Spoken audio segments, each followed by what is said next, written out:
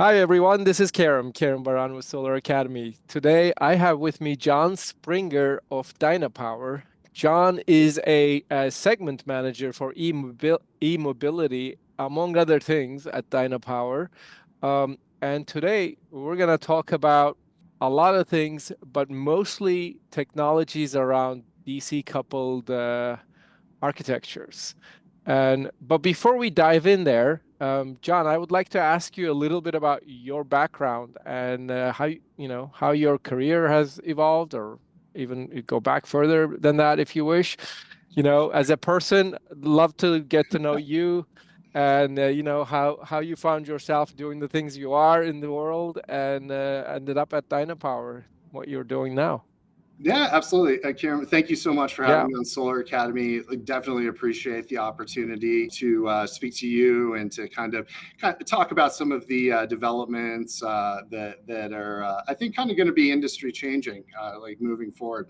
So, yeah, my background as a kid, like, was always like super interested in electronics. I don't know how many people on this call would remember a Radio Shack, but like yeah. purchasing build your own radios. I would build motors out of basically instructions out of books I found. I would figure out how to make anything battery operated that I potentially could, whether the voltages matched, didn't match, ran on 9 volts. It was an interesting Mhm. experience. Should have probably stuck more kind of to the engineering side of things, but also found I was really strong at business development. And when you're younger and your Yeah. pocketbook fills up, it's a little bit harder to make that decision between, do I pursue more like an academic engineering side of things, or do I kind of like stray off and see what sort of like cash you can make, right? Yeah, So yeah. um, so I had a lot of like business development roles, director of sales for companies doing storage media, imaging supplies, and through Mhm. one of the places where I was a director, one of the products that we offered was laptop batteries. Yeah, yeah. Laptop batteries are obviously one of the first important uses of batteries in the consumer world. Yeah. Yeah, absolutely. And at first, it started off really just kind of distributing those batteries. But I was given an opportunity. There was a hard problem from one of the large HP VARs, NWN, and Hmm. they were looking for economic solutions for laptop batteries for school districts. And they came to us knowing that like distributed the technology, but needed an extended life battery that was a realistic cost and something that could be brought to market like very quickly to be able to satisfy school districts' demands. So really got into more a kind of a product development, design development Hmm. opportunity to build that battery. Built the battery, sold quite a few of them, and it was interesting. One day I got a call from a call out of the blue from HP. Thought for sure this was going to be a phone call about IP infringement and going to prison or suing me out of existence. But interestingly, they had like seen the product and Uh-huh. were so satisfied with the build quality. They explained to me that they had a problem. They were releasing to all of the school districts a laptop. It was a Revolve. It was like one of the first like two-in-ones, and they realized after they built it that the battery didn't last for like a school day. So they needed to come up with like really quickly an extended life solution for a battery that they were going to roll out. So yeah, went through like that kind of a development activity and sold lots of aftermarket batteries to be able to kind of support that initiative. So really Very that's cool. probably where I got like a lot of interest kind of in the battery technology, and then that company unfortunately got sold to private equity. And you know how sometimes those transactions go not so Yeah. particularly positive. And went to work for, wanted to stay in the battery industry. So went to work for PowerSonic, who's one of the large international manufacturers, lead acid batteries, lithium batteries, and was kind of tasked with putting together their direct sales efforts. And after really successfully putting together a very solid sales team, I was invited to participate in spinning up a business unit out of the existing company to integrate stationary storage, energy storage, with EV charging applications to be able to kind of stretch the grid at those like points of distribution congestion. Yeah, big batteries. We're talking about utility scale Yeah, applications. yeah, 20, 40-foot solutions to, yeah, Yeah, really be able to kind of like maximize on that. And then, yeah, it was pretty effective at doing a number of installations with some of the tier ones, big names. yeah, It was a pretty positive experience. But Dynapower had reached out to me, and I was highly interested in it because Dynapower is a manufacturer. So instead of just taking kind of existing technologies, white labeling, or not really like developing it, the opportunity to really like participate in the actual technology itself, kind of like doing the laptop batteries, was highly attractive to me. So went to work really kind of defining the e-mobility strategy. So Um, tell us a little bit about like the one paragraph intro on Dynapower here maybe would be appropriate. Like what's Dynapower's history? And then what about that way of organizing a company seemed to appeal to you, and also what you're working on right now? Like how do they all tie together? Yeah. So, yeah, Dynapower legacy company, over 60 years of domestic U.S. experience in power conversion technology, and really developing and solving a lot of the world's hard problems. Not Mm-hmm. just in the clean energy space where I participate with Mm-hmm. EV chargers, microgrids, renewables, and solar, but a large part of the business is also the development of power electronics and conversion solutions for government, military applications, high power applications, industrial applications. So really having that depth of engineering resources, that type Yeah. of skill set and knowledge was really appealing. It's not like working for a company that produces like a product or has a small Yeah. portfolio of items that they sell, but really has the ability to lead the market in terms of like product development Right. like honestly just making the technology. Right. But it's not yet Dynapower is not so much of a product company as much as it is I guess a solutions company. Is that a right way to describe it? I don't know if I am doing a No. I mean, justice. it's kind of twofold. So, like to be able to scale and to be able to also be provide the products at scale that companies need in certain senses. For I work with a lot of integrators, OEMs, and they need Hmm. standardized products to be able to incorporate Sure. into energy storage systems, into charging Yep. technologies. So, in that sense, it is products on that side of it.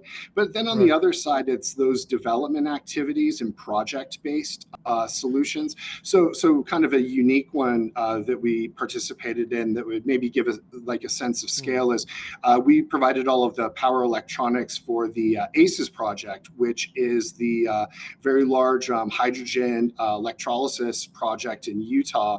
So several hundred megawatts of power Right. electronics. And when you think of it, these things are one-offs. They're the size of Yep. an apartment. I mean, it is Yeah. ridiculous Yeah. power Yeah. to be able to work on that. And we can build anything from kind of those smaller inverters, 125 kilowatts, on up to things that are thousands of thousands of volts and tens of thousands of amps. I mean, Yeah. it's Right. ridiculous. It's kind of like when you see bus bars. Sometimes you measure them in like millimeters and Yeah. centimeters. Some of the stuff we make, you can measure in feet. I mean, it's Got it. wild how large some of the products So, are. so wide-ranging solutions, obviously, in this power conversion space. And now you are charged with leading the e-mobility business segment in Dynapower. Yeah, actually, the way that we've now approached it, and we'll rebrand it and launch it next year, is Mm. we're going to, and I'll lead the department as smart infrastructure. There's so much Mhm. bleed over between the Sure. microgrid world and the EV EV charging charging. world and the energy storage and generation Sure. assets that Yeah. it really makes sense to be able to provide like a solution set rather than just like a component, like a Yeah. charger or commodity. Makes sense. So I mean, related to that, obviously, I mean, you could technically run a home from a EV, and that's a microgrid on its own. If it's got For if you, days, for a yeah, week. Yeah, yeah. with the solar panels on the roof, you could take take all the electrons, put it in your car battery, run the home from the car in the evening and use the car and produce more electrons next day and do the same thing again, technically speaking. But Mhm. those dots are not yet fully connected, obviously, in the marketplace. But I have no doubt it's gonna happen. So that is your world. So tell us a little bit about like some of the exciting things that are happening in that Yeah, I world. mean, kind of like that instance, what people might like find interesting, and I think it would end up being like a challenge here at some point, is the idea of home charging is so convenient that it's if you had a gas station built into your garage, you would always use it. You would never actually go to the gas station, Sure. and I mean that works like if like 1 out of every 20 or 30 people on your block has an EV, but I think you're going to start to face some challenges when 1 out of every 2, 1 out of every 3 people, because like when they sized the distribution for your neighborhood, they didn't think Yeah. everyone was going to have Maybe. like a 7-8 kilowatt additional load to it. Yeah. So it's gonna be an upgrade problem. I mean, Yeah. in that instance. But yeah, I mean, there's so many different things to talk about, and there's other companies too that are really going down this DC microgrid for like Hmm. residential neighborhoods. Some of those examples would be like Emerge Alliance, which is a nonprofit kind of working in that direction. Block Energy, who is kind of aggregates all of the solar assets on the rooftops, has larger stationary storage to be able to support the neighborhood, and then just has inverters at each one of the houses to be able to provide the power for the electronics within the house, which are AC. So things with compressors and motors are oftentimes AC. But what I don't think most people recognize is a lot of the stuff in your house is DC. I mean, your TV is Right. natively DC, your computer's DC, Yeah. it doesn't So have I a mean, motor in it's it. a unnecessary conversion from Yeah, neighborhood power coming in DC. You convert it to AC to run these appliances, which by default could have run on DC anyway, is what you're exactly. saying. Yeah. Exactly. So I we briefly talked about in a previous conversation about the city of Cambridge, Massachusetts, running on DC 100 years ago. And so I guess we might be seeing those types of communities pop up. But obviously, as moving towards that, what are some of the, I guess, standards we need to bring to the market to enable that kind of a more efficient power and energy distribution Yeah, yeah, and yeah. consumption So world? Yeah. yeah, I mean, and it really does come down to like in terms of like standardization and communication, and everyone kind of arriving at the same page or coming up with the same set of rules that everyone Yeah. kind of agrees to play by. So much of like the EV charging world and some of this microgrids is proof of concept, one off. It's the Wild West out there. Yeah. Deciding on what an appropriate bus voltage is in certain applications. Again, it's not always necessarily defined in the NEC very clearly, especially as it relates to DC. So, working with like standard organizations like Current OS Foundation, UL, Schneider, ABB to really help kind of to shape that, and then to be able to make it so the DC assets that are all on this all communicate with each other. No Yeah. consumer wants to be pigeonholed into a really specific product or application that they can't scale, or if there's risk of that company going out of business. There has to be Yeah. some sort of an alignment on like how we communicate and what those standards really look like. So the giants of the industry, of the electrical industry, Schneider, ABB, you named maybe a couple other names. These now you guys are working as is this kind of like a open source nonprofit organization, It Current is, yeah. OS, It's an open source, yeah, the nonprofit.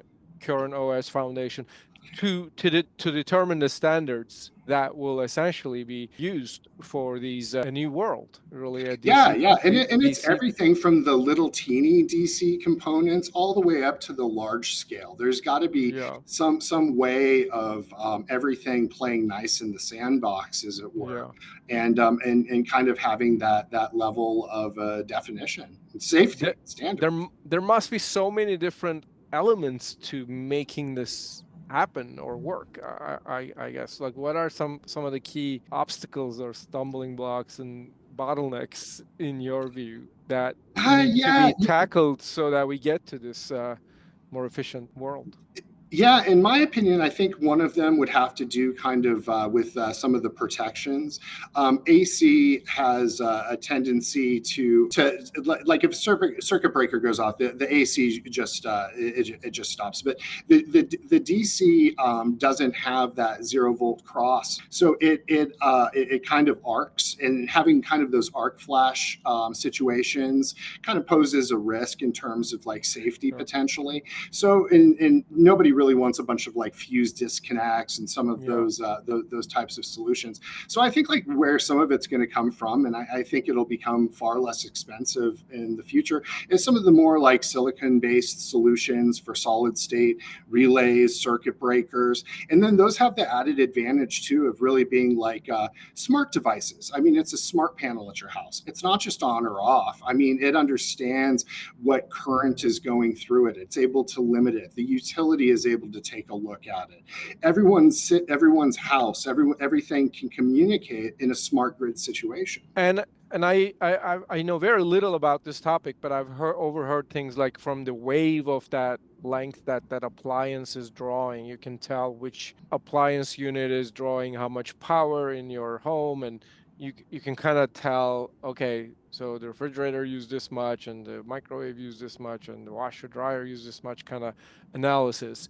Will this be able to be done in the DC world as well with the same amount of ease right now? Yeah, because it's really just it's limiting the current. So as long as it understands the current, it almost allows you to kind of oversize your house or your panel to the extent that it can mitigate how much power the individual residents might be drawing. So it knows that in this neighborhood you can't turn on your EV charger, dryer, refrigerator, everything all at once. Sure. And it allows for kind of more like a staggered approach for how the energy is being utilized at a house, which is going to help offset some of the infrastructure problems that we're going to face. It can't just all be solved by bringing in the max amount of power to each individual location. It has to be solved with a variety of solutions, and some of those are smart charging solutions and like Yeah.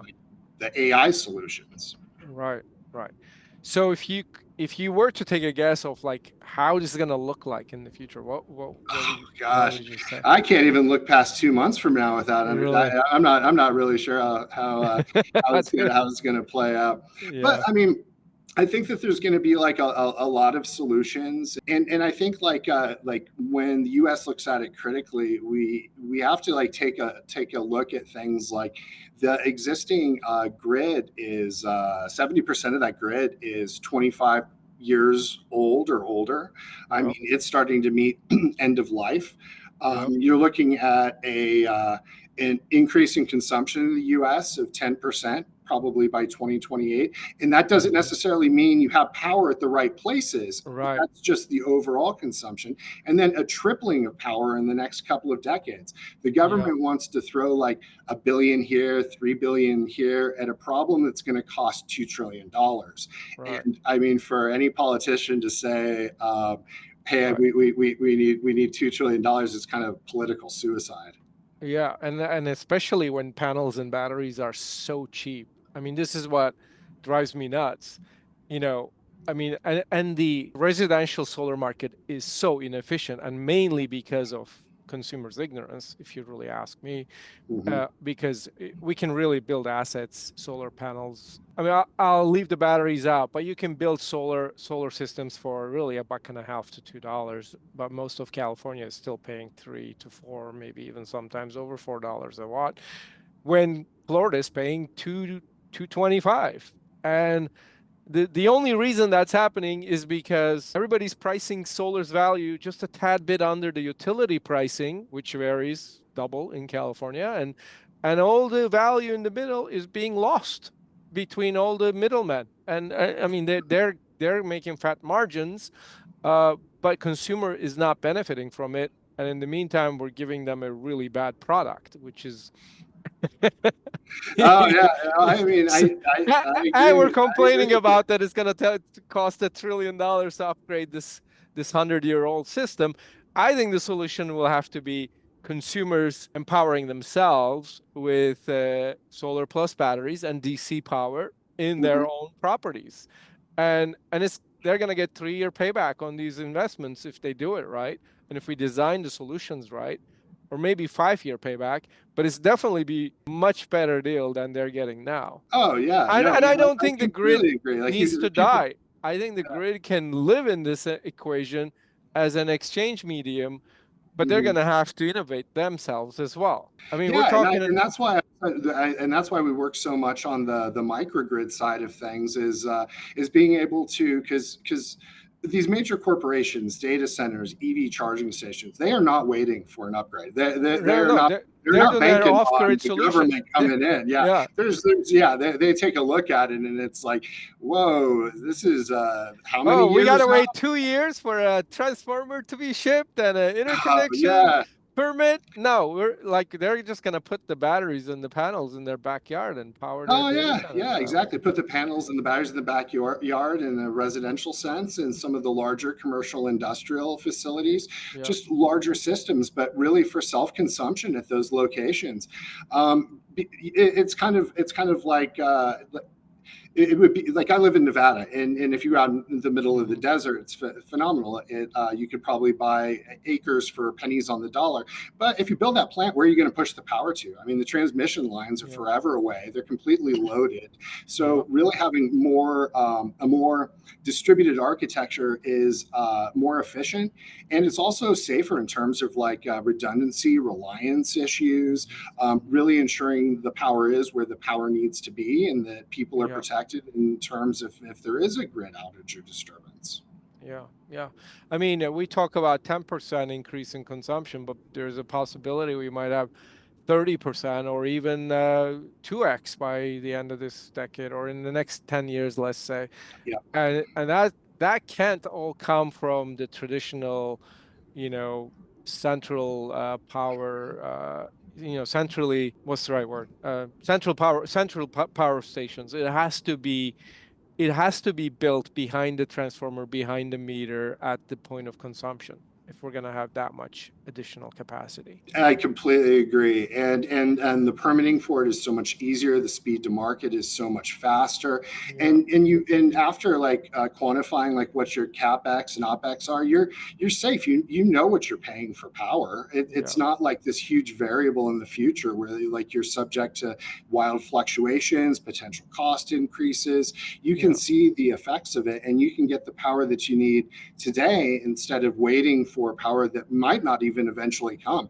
I've worked in with some utilities and some clients wanting to put in EV charging infrastructure in certain states, and when they go to the utility, the answer is we just can't do it. It's not even a question of like when. It's almost like it just gets shut down. because they don't have the know-how. Is that why? It's just too new. It's different than what they've done for the last 50 years, They're, and they they're just not willing to commit to a time frame. Like they just can't. They can't say when they would be able to get the power there. so then, I mean, those must be the times when you guys get a call. Like, is that when you We guys? get all sorts of phone calls. Yeah, I mean, I get a lot of interesting phone calls. So, I mean, we work with like charging depots and developers and people who aren't going to wait, people who Yeah, are going to make sure that they can generate on site the power that they need for these like charging depots. And if you take a look at like some of these charging depots with like 100 stalls of high power charging, mhm, you don't even necessarily own the adjacent 200 acres, so you're not going to power it with that. So you're going to use linear generators. You might use fuel cells. You might use solar. You might use a limited grid connection. But you'll use a combination of things to be able to achieve what it is that you need to effectively have the power at that point where mhm. it might not be readily available. Yeah, and I guess that is one of the secret sauces of Dynapower is to know, like, you guys deal with all sorts of different complicated problems, and then Mhm.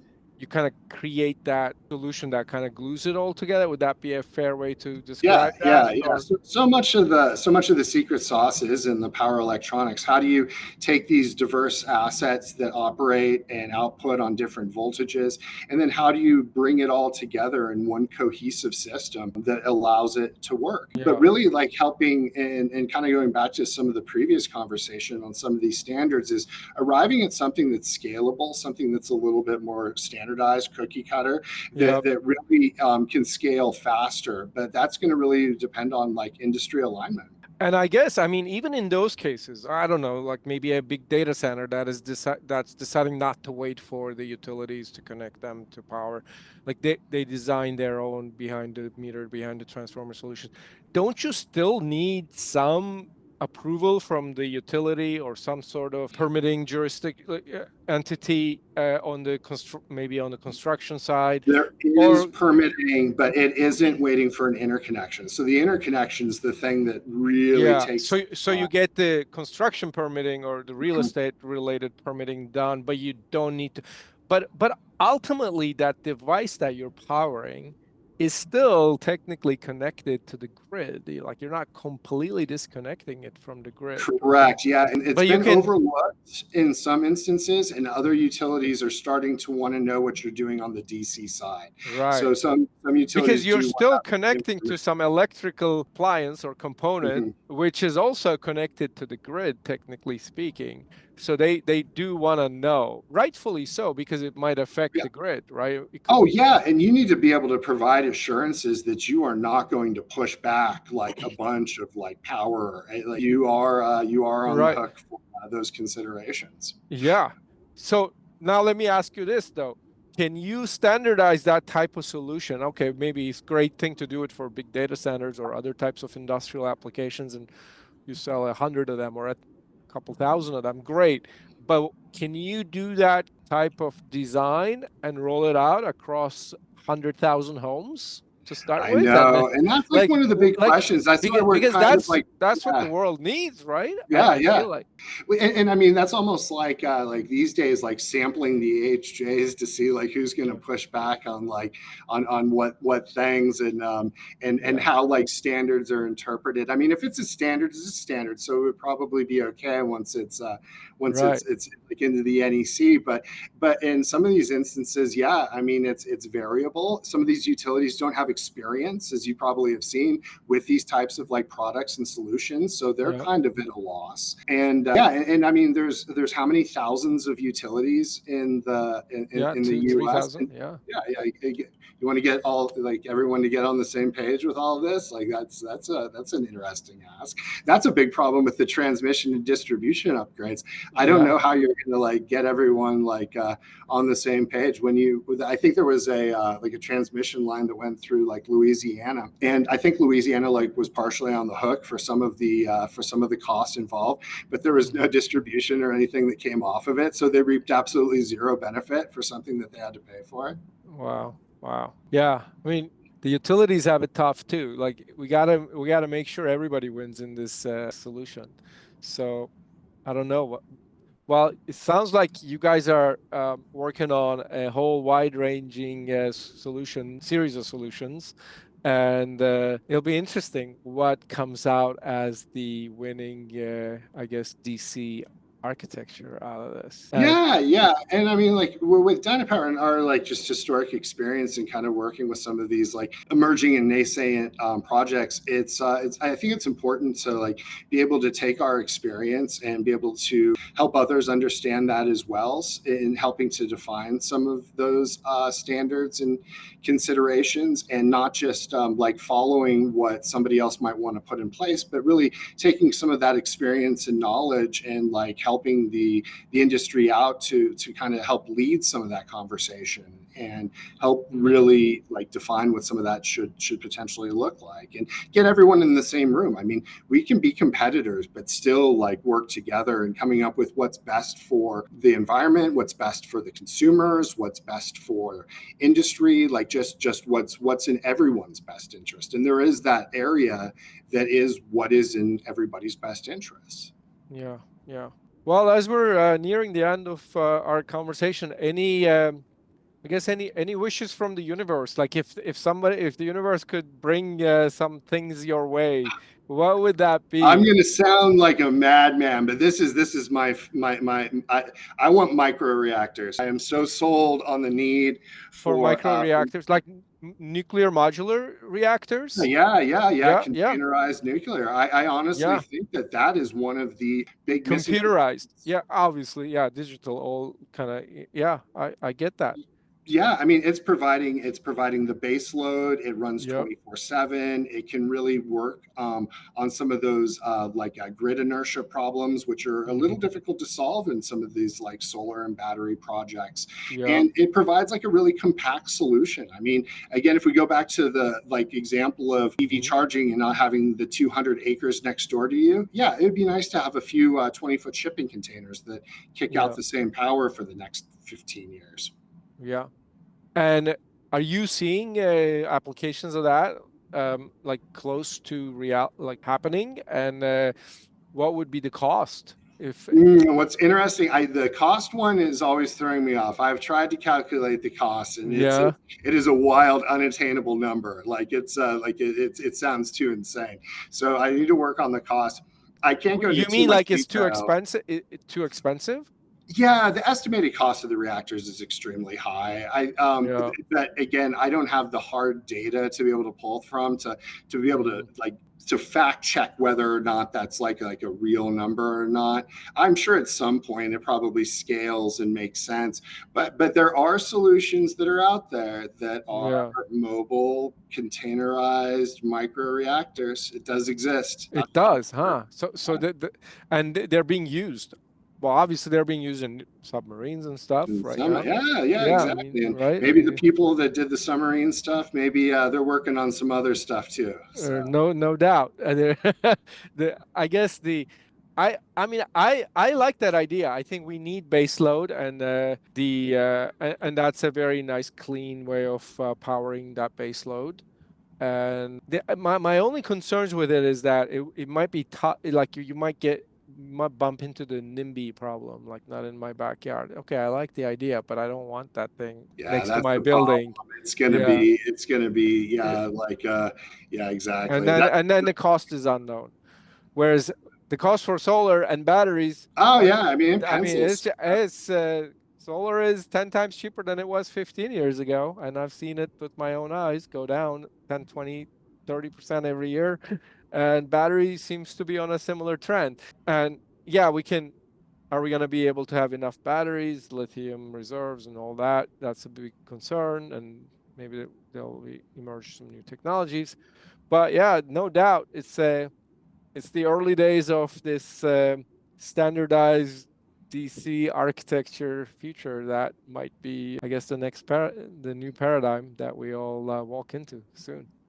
Yeah, very true. It's I don't wake up and hate my job. Like it's very Yeah, interesting on a day-to-day basis. It's great yeah, to be able to speak with people like you, other industry leaders, labs, academia about all of these emerging technologies. It's a very exciting time to like live through this like next industrial revolution. yeah, yeah. Well, great having this conversation with you, John. Thank you for your insights and your know-how that you shared, and we will probably continue doing more of these in the near future. So, Look forward to it. Yeah, thanks again for the invite. pleasure to have you. Thank you.